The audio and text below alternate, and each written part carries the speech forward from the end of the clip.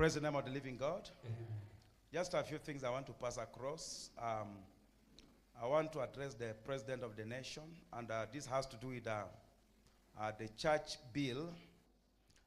You've heard me complaining a lot and telling people they have to produce evidence, because there's a bill that has already been ascended, and this is a bill that any fake miracles, fake testimony is going to attract 5 years in jail or 5 million fine. Hallelujah. So somebody can use it as a way to bring you down if you don't have tangible evidence. And we are living in a wicked world.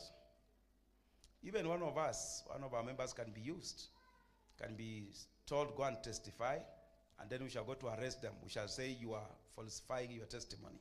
Hallelujah.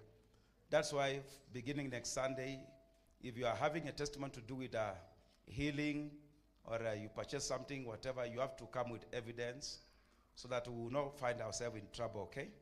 It's for our own ministry and your own. So there's a lot that is happening nowadays. People no longer fear God. Anybody can be used. And in a prophetic church like this, we are really monitored, and people are fighting a lot. So I want to address the president that one thing he must understand, that the church prayed him to leadership, and the same church has sustained him. Even with a lot of ups and downs, as a church you have remained vigilant, and you have really prayed for the leadership of the presidency and the nation at large. So I just want to address him that if he's not going to look into these bills, you must understand that it is not going to be well with him. He will not finish well. Hallelujah. The people who try to fight the church, those who stopped the registration of churches in 2014, most of them are suffering from cancer today. They might not remember, but God will always punish you. Hallelujah. God will always punish you. So I want to tell him, as I prophesied, God will give him a second term. But his board will face a lot of turbulence, and he might not finish it. Hallelujah. The second term might come, but it will be with a lot of sorrow, a lot of dispute. And if he's not careful, God might take it away from him just because he's fighting his church. He may be having advisors around him who are advising him, but he must know that he's coming from the church. His leadership did not come from advisors. His leadership came from the church. The same church that prayed him in can pray him out. Hallelujah. I believe if we can come together as a church of Christ in Kenya, even 2027, you will not see it. If we can come together as a church, if we can unite, hallelujah. So he has to be careful with this bill. I'm speaking as a prophet, and I'm just sending out a warning that Jesus is the head of the church. He said, let the wheat and tares grow together. I myself in the last day, I will separate the wheat from tares.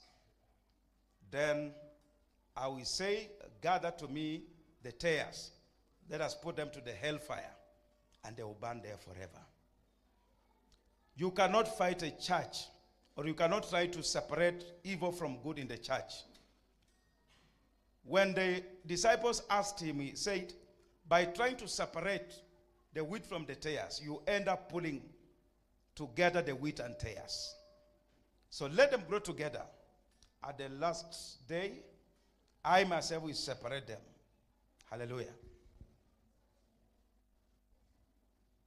That's why he has to leave the issue of the church to God. We have been praying for him, but he's now going abroad. You can be a good leader, but if you are surrounded by wicked men, you will turn out to be wicked. Hallelujah. If you are a child of God and your advisors are devil worshippers, what do you expect? Do you think they're going to advise you of the things of God, or they'll advise you distraction? I think I've been speaking about the issue of advisors for too long now, and we have got to a point that wrong decisions are still being made by the same president. And if you come across this video, I want you to know that God is not happy in heaven. You have to remember where you are coming from. He lifted you from the ash heap. He lifted you from the dust to sit you on the same table with princes. You were a nobody.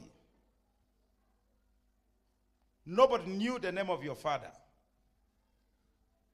But after you sit on the table with princes, you are trying to prove yourself and flex muscles.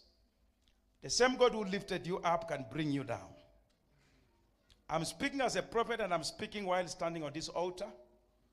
I know that I may be one of the smallest or the youngest prophet in the land.